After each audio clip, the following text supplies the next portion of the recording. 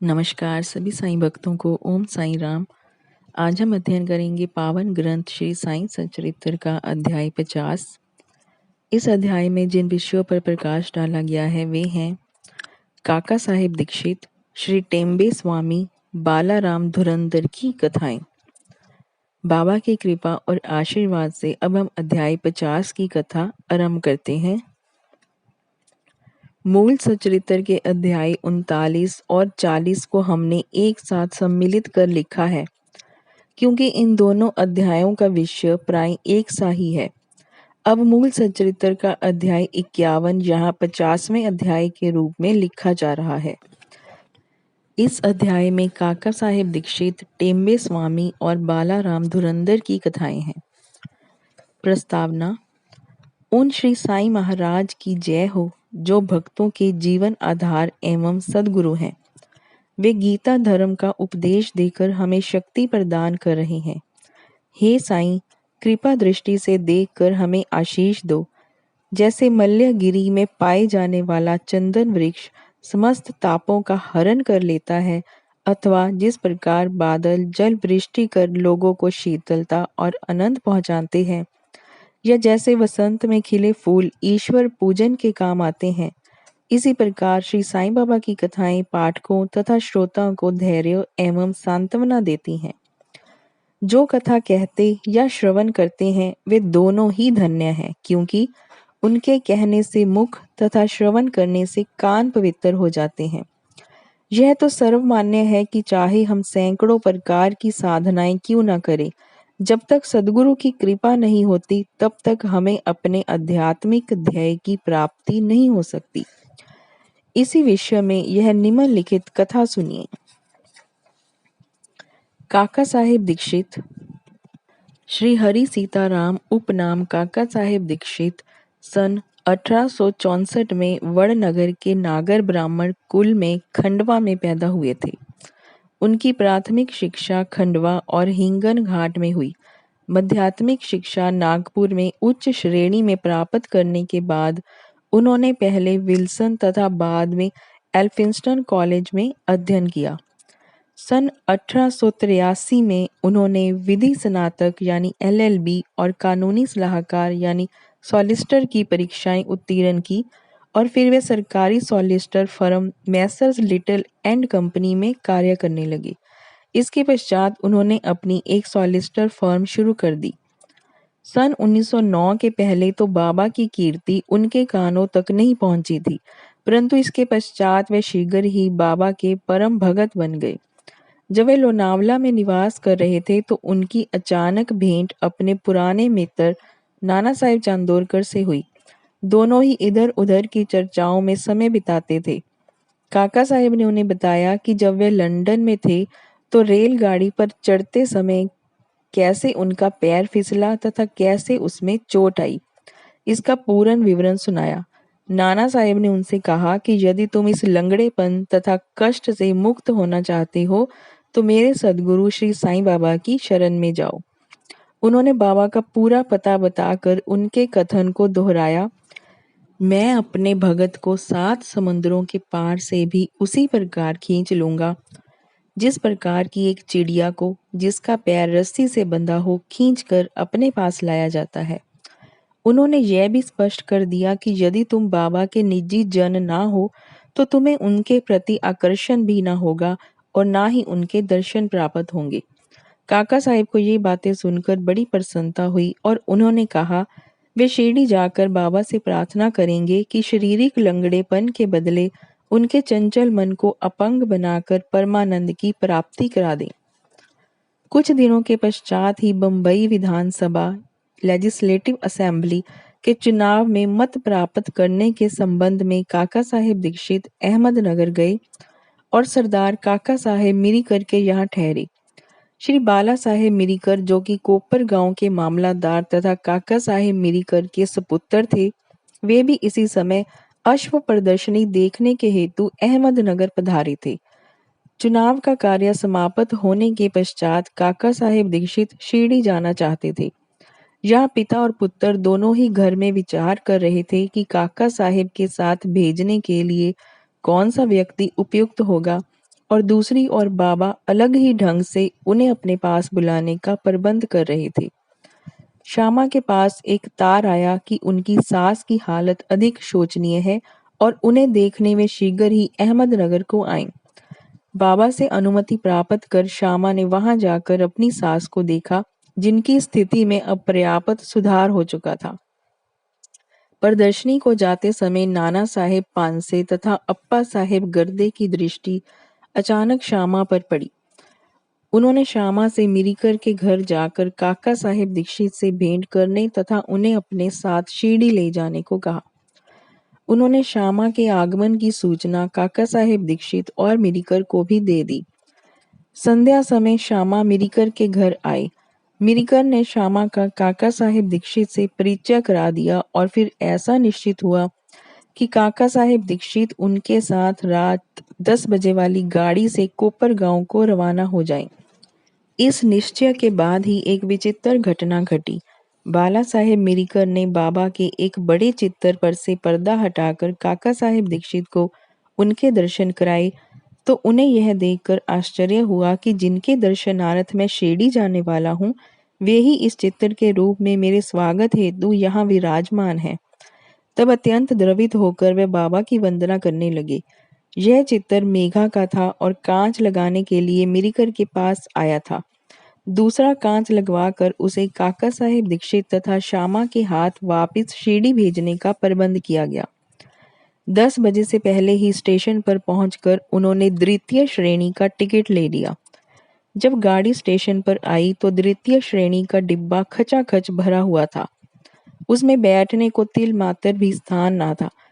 भाग्यवश guard साहेब काका साहेब दीक्षित की पहचान के निकल आए और उन्होंने इन दोनों को प्रथम श्रेणी के डिब्बे में बिठा दिया। इस प्रकार सुविधापूर्वक यात्रा करते हुए वे कोपरगांव स्टेशन पर उतरे। स्टेशन पर ही शिरडी को जाने वाले नाना साहेब चांदोरकर को देखकर उनके हर्ष का पारावार न रहा। शिरडी पहुंचकर उन्होंने मस्जिद में जाकर बाबा के दर्शन किए।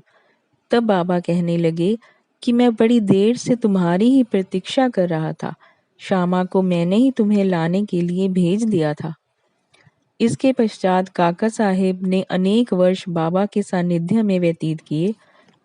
उन्होंने शिरडी में एक वाड़ा दीक्षित वाड़ा बनवाया, जो उनका प्राय स्थायी घर हो गया। उन्हें बाबा से जो अनुभव प्राप्त हुए, वे सब स्थाना अभाव के कारण यहाँ नहीं दिए जा रहे हैं। पाठकों से प्रार्थना है कि वे श्री साईं लीला पत्रिका के विशेषांक भाग 12 के अंक 6 से 9 तक देखें। उनके केवल 1-2 अनुभव लिखकर हम यह कथा समाप्त करेंगे। बाबा ने उन्हें आश्वासन दिया था कि अंत समय आने पर बाबा उन्हें विमान में ले जाएंगे, जो सत्य निकला। तारीख 5 जुलाई सन 1926 को वे हेमाडपंत के साथ रेल से यात्रा कर रहे थे। दोनों में साईं बाबा के विषय में बातें हो रही थी। वे श्री साईं बाबा के ध्यान में अधिक तल्लीन हो गए। तभी अचानक उनकी गर्दन हेमाडपंत के कंधे से जा लगी और उन्होंने बिना किसी कष्ट तथा घबराहट के अपनी अंतिम श्वास छोड़ दी।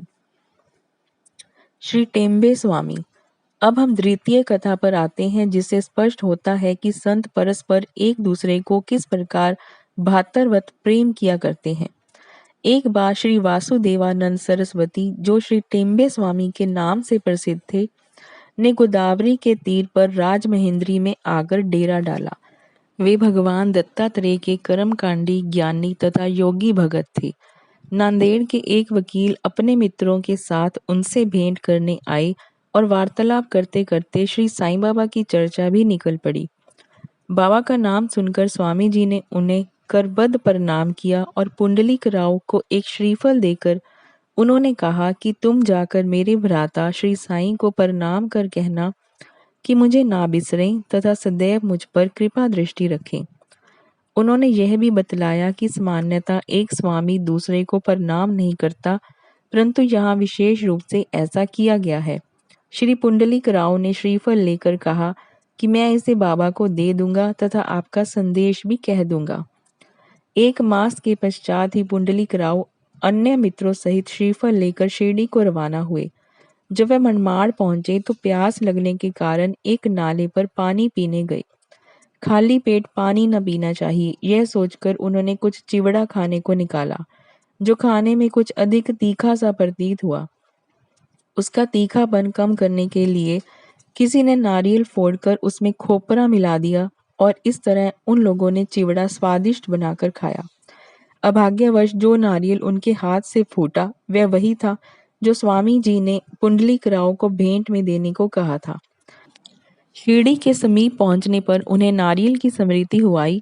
उन्हें यह जानकर बड़ा दुख हुआ कि भेंट स्वरूप दिए जाने वाला नारियल ही फोड़ दिया गया है। डरते डरते और कांपते हुए वे शिरडी पहुंचे और वहां जाकर उन्होंने बाबा के दर्शन किए। बाबा को तो यहाँ नारियल के संबंध में स्वामी से बेतार का तार प्राप्त हो चुका था। इसलिए उन्होंने पहले ही पुंडलिक राव से प्रश्न किया कि मेरे भाई की भेजी हुई वस्तु लाओ। उन्होंने बाबा के चरण पकड़कर अपना अपराध स्वीकार करते हुए अपनी चूक के लिए उनसे क्षमा याचना की। वे उसके बदले में दूसरा नारियल देने को तैयार थे, परंतु बाबा ने यह कहते हुए उसे अस्वीकार कर दिया कि उस नारियल का मूल्य इस नारियल से कई गुना अधिक था और उसकी पूर्ति इस साधारण नारियल से नहीं हो सकती। फिर वे बोले कि अब तुम कुछ चिंता ना करो, मेरी ही इच्छा से वह नारियल तुम्हें दिया गया तथा मार्ग में फोड़ा गया है। तुम स्वयं में कर्तापन की भावना क्यों लाते हो? कोई भी श्रेष्ठ या कनिष्ठ कर्म करते समय अपने को कर्ता ना जानकर अभिमान तथा अहंकार से परे होकर ही कार्य करो, तभी तुम्हारी शीघ्रता से प्रगति होगी। कितना सुंदर था उनका यह आध्यात्मिक उपदेश। श्री बालाराम धुरंधर। सांता क्रूज बम्बई के श्री बालाराम धुरंधर प्रभु जाति के एक सज्जन थे। वे बम्बई के उच्च न्यायालय में एडवोकेट थे तथा किसी समय शासकीय विधि विद्यालय गवर्नमेंट लॉ स्कूल बम्बई के प्राचार्य भी थे। उनका संपूर्ण कुटुंब सात्विक तथा धार्मिक था। श्री बालाराम ने अपनी जाति की योग्य सेवा की और इस संबंध में एक पुस्तक भी प्रकाशित कराई। इसके पश्चात उनका ध्यान आध्यात्मिक और धार्मिक विषयों पर गया। उन्होंने ध्यान पूर्वक गीता, उसकी टीका, ज्ञानेश्वरी तथा अन्य दार्शनिक ग्रंथों का अध्ययन किया। वे पंढरपुर के भगवान विठोबा के परम भगत थे। सन 1912 में उन्हें श्री साईं बाबा के दर्शनों का लाभ हुआ। 6 मास पूर्व उनके भाई बाबुल जी और वामन राव ने शिरडी आकर बाबा के दर्शन किए थे और उन्होंने घर लौटकर अपने मधुर अनुभव भी श्री बालाराम व परिवार के अन्य लोगों को सुनाए। तब सब लोगों ने शिरडी जाकर बाबा के दर्शन करने का निश्चय किया। यहाँ शिरडी में उनके पहुंचने के पूर्व ही बाबा ने स्पष्ट शब्दों में कह दिया कि आज मेरे बहुत से दरबारी गण आ रहे हैं। अन्य लोगों द्वारा बाबा के उपरोक्त वचन सुनकर धुरंधर परिवार को महान आश्चर्य हुआ। उन्होंने अपनी यात्रा के संबंध में किसी को भी इसकी पहले से सूचना ना दी थी। सभी ने आकर उन्हें प्रणाम किया और बैठकर वार्तालाप करने लगे। बाबा ने अन्य लोगों को बतलाया कि यह मेरे दरबारी गण हैं जिसके संबंध में मैंने तुमसे पहले कहा था। फिर धुरंधर भ्राताओं से बोले कि मेरा और तुम्हारा परिचय 60 जन्म पुराना है। सभी नम्र और सभ्य थे, इसलिए वे सब हाथ जोड़े हुए बैठे बैठे बाबा की ओर निहारते रहे। उनमें सब प्रकार के सात्विक भाव जैसे अश्रुपात, रोमांच तथा कंठावरोध आदि जागृत होने लगे और सबको बड़ी प्रसन्नता हुई। इसके पश्चात वे सब अपने निवास स्थान को गए और भोजन और थोड़ा विश्राम लेकर पुनः मस्जिद में आकर बाबा के पांव दबाने लगे। इस समय बाबा चिलम पी रहे थे। उन्होंने बालाराम को भी चिलम देकर एक फूंक लगाने का आग्रह किया। यद्यपि अभी तक उन्होंने कभी धूम्रपान नहीं किया था, फिर भी चिलम हाथ में लेकर बड़ी कठिनाई से उन्होंने एक फूंक लगाई और आदरपूर्वक बाबा को लौटा दी। बालाराम के लिए तो यह एक अनमोल घड़ी थी। वे 6 वर्षों से श्वास रोग से पीड़ित थे, पर चिलम पीते ही वे रोग मुक्त हो गए।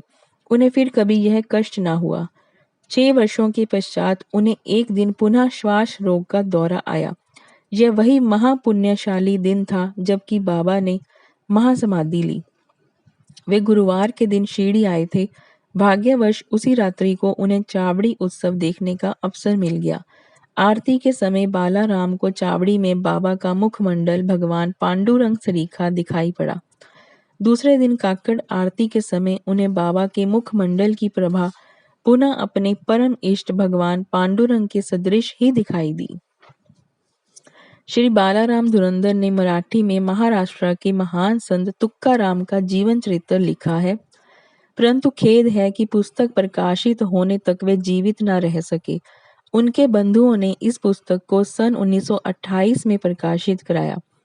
इस पुस्तक के प्रारंभ में पृष्ठ 6 पर उनकी जीवनी से संबंधित एक परिच्छेद में उनकी शिरडी यात्रा का पूरा वर्णन है। यहाँ हमारा अध्याय 50 समाप्त होता है। श्री सद्गुरु साईनाथाय अर्पण वस्तु। शुभम भवत। श्री सच्चिदानंद सद्गुरु साईनाथ महाराज की जय।